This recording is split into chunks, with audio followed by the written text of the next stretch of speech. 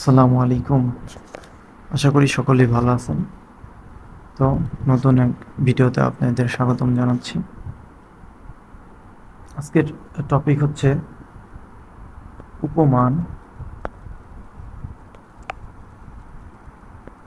উপমান কর্মধারায়, উপমিত কর্মধারায় এবং রূপক কর্মধারায়। এই তিনটার পার্থক্যটা কি? তো একটা কথা আমরা মনে রাখবো, উপমান হচ্ছে সত্য ঘটনা,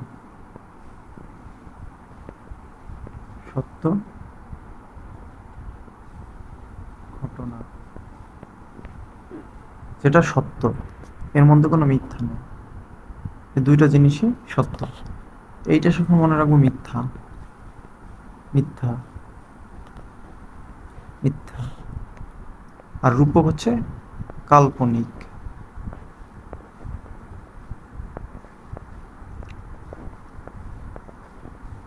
কাল্পনিক। তো উপমান, দেখেন বিষয়টা হচ্ছে, এখানে সাধারণ গুণের কথা উল্লেখ থাকবে। সাধারণ গুণ, একটা জিনিসের যে কোনো একটা সাধারণ গুণ উল্লেখ থাকবে। বিশেষের সাথে বিশেষণ হবে, বিশেষের সাথে বিশেষণ, একটা বিশেষ্য একটা বিশেষণ।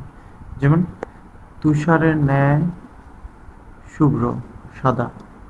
তুষারের রং হচ্ছে সাদা, এর একটা সাধারণ গুণ। তুষারটা হচ্ছে বিশেষ্য আর শুভ্র হচ্ছে বিশেষ।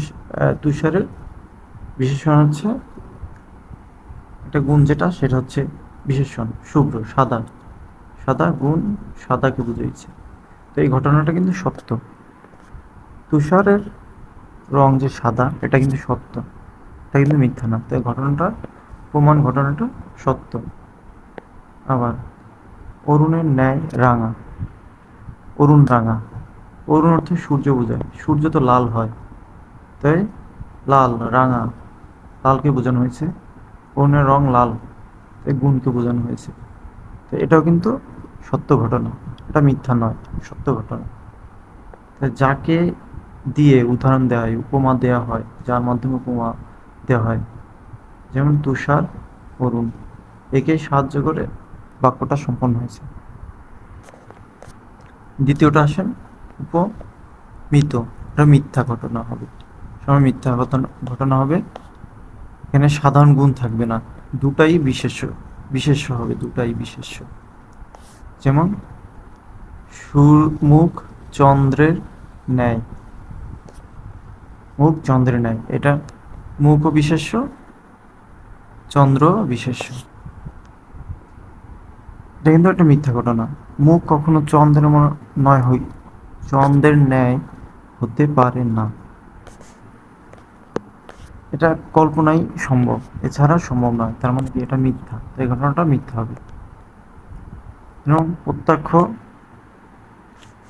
প্রত্যক্ষ বিষয়, উপমেয়, চন্দ্র উপমান, চন্দ্রের সাথে তুলনা করা হয়েছে, এই জন্য উপমান হয়েছে, এটা যার সাথে তুলনা করা হয়। আর মুখ উপমেয়, মুখটা হচ্ছে উপমেয়, যাকে তুলনা করা হয়েছে। এখন আসেন রূপক, এটা তো কাল্পনিক। এইটা যেমন ক্রোধ, রূপ অনল, ক্রোধ অনল। রাগ এবং আগুন দুটি বিষয়, দুটি ভিন্ন বিষয়। বিশদ রূপ সিন্ধু, বিষাদ সিন্ধু।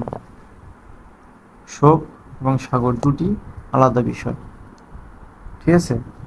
দুটি সম্পূর্ণ ভিন্ন জিনিসকে, সম্পূর্ণ ভিন্ন জিনিসকে অভিন্ন কল্পনা করা হয় এবং ব্যাস বাক্যে রূপ উল্লেখ থাকে, রূপ উল্লেখ থাকে ব্যাস বাক্যে। এটা টোটালটাই ব্যাস বাক্য, এখানে রূপ উল্লেখ থাকে, এটা হচ্ছে রূপক কর্মধারা। এটাও উপমানের মতন কাল্পনিক একটা বিষয় বা মিথ্যা একটা বিষয়, ঠিক আছে? কিন্তু এখানে বিষয়টা দুইটা আলাদা জিনিস। আর রূপের উল্লেখ থাকবে, রূপ কথাটা প্রত্যেকটা লাইনের মধ্যে রূপের, রূপ কথাটা উল্লেখ থাকবে, তাকেই রূপক কর্মধারায় বলা হয়। মন রূপ মাঝি, মনমাঝি। প্রেম রূপ ডোর, প্রেম ডোর, এটা হচ্ছে প্রেম ডোর। তাহলে রূপক মানে রূপক অর্থে, কাল্পনিক অর্থে দুইটা বিষয়কে এক করা হয়। তো আশা করি আপনারা এই বিষয়গুলো বুঝতে পারছেন, এই তিনটার মধ্যে পার্থক্যটা কি।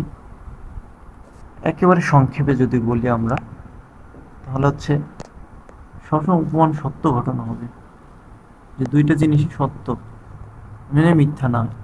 এটা হচ্ছে মিথ্যা, মিথ্যা, মিথ্যা ঘটনা। আর রূপক তো এই রূপক শব্দটা উল্লেখ থাকবে সবসময়, এবং এইটাও আলাদা একটা শব্দ, এইটাও আলাদা একটা শব্দ হবে।